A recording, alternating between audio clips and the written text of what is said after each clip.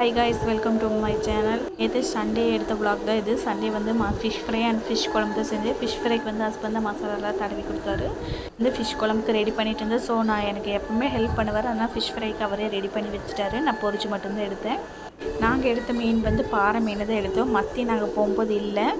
So அதனால் husband வந்து பாறை மீனே எடுத்துகிட்டு வந்திருந்தார். குழம்பும் நான் தான் செஞ்சேன். நான்வெஜ் குழம்புலேயே மீன் குழம்பு கொஞ்சம் நல்லா வைக்க வரும். அதுக்கு ஒரு கடாய் எடுத்து நல்லெண்ணெய் ஆட் பண்ணிக்கோங்க. கொஞ்சம் எண்ணெய் ஆயிலும் அதிகமாக ஊற்றிக்கோங்க.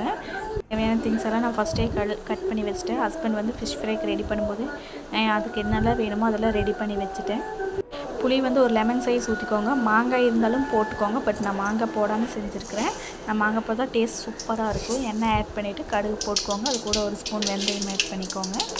சின்ன வெங்காயம் போட்டு பூண்டு போட்டுக்கோங்க. பூண்டு கொஞ்சம் அதிகமாக இருந்துச்சுன்னா கொஞ்சம் நல்லாயிருக்கும். என்கிட்ட பச்சை மிளகா இல்லை. ஆனால் பச்சை மிளகா போட்டால் மீன் குழம்பு நல்லாயிருக்கும். நான் வர மிளகா தான் போட்டிருக்கிறேன். நீங்களும் உங்களுக்கு தேவைப்பட்டால் போட்டுக்கோங்க, இல்லைன்னா வேண்டாம். அது கூட ஒரு பிடி கருவேப்பிலையை போட்டுக்கோங்க. நல்லா பழுத்து தக்காளி ஒரு 4 தக்காளி எடுத்துக்கோங்க. நல்லா எண்ணெய் பிரிஞ்சு வர வரைக்கும் வதக்கிக்கோங்க. தக்காளி வதங்கிறதுக்கு வந்து தேவையான உப்பு போட்டுக்கோங்க. ஒரு டீஸ்பூன் மஞ்சள்தூள் ஆட் பண்ணிக்கோங்க. நான் அந்த தனியாக மசாலா ஒன்று அரைச்சி வச்சுருக்கிறேன். அதில் வந்து அந்த மிக்ஸி ஜாரில் வந்து நான் வந்து சின்ன வெங்காயம் போட்டிருக்கேன், மிளகு போட்டிருக்கேன், சீரகம் போட்டிருக்கேன், கொஞ்சம் மிளகாய்த்தூள், மஞ்சள்தூள் போட்டு ஒரு ஃபைன் பேஸ்ட் மாதிரி அரைச்சி வச்சுருக்கிறேன். அது கூட தேங்காயும் போட்டு அரைச்சிட்டேன்.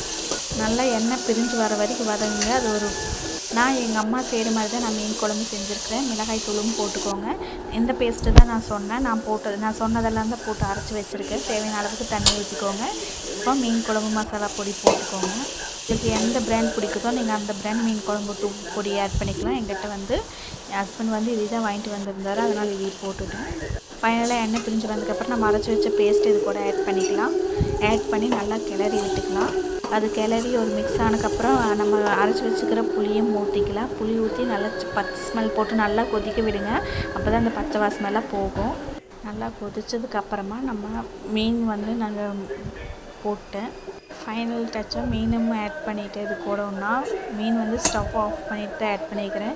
ஏன்னா ஃபஸ்ட்டே நம்ம குழம்பு வந்து நல்லா கொதிக்க வச்சுட்டு அதனால் ஆஃப் பண்ணி வச்சுட்டேன். சரி, ஃபிஷ் குழம்புக்கு லாஸ்ட்டாக கொரியண்டர் லீவ்ஸ் போட்டு இறக்கி வச்சுட்டு மூடியும் வச்சுட்டேன். இப்போ ஃபிஷ் ஃப்ரையும் ரெடி பண்ணிவிட்டேன்.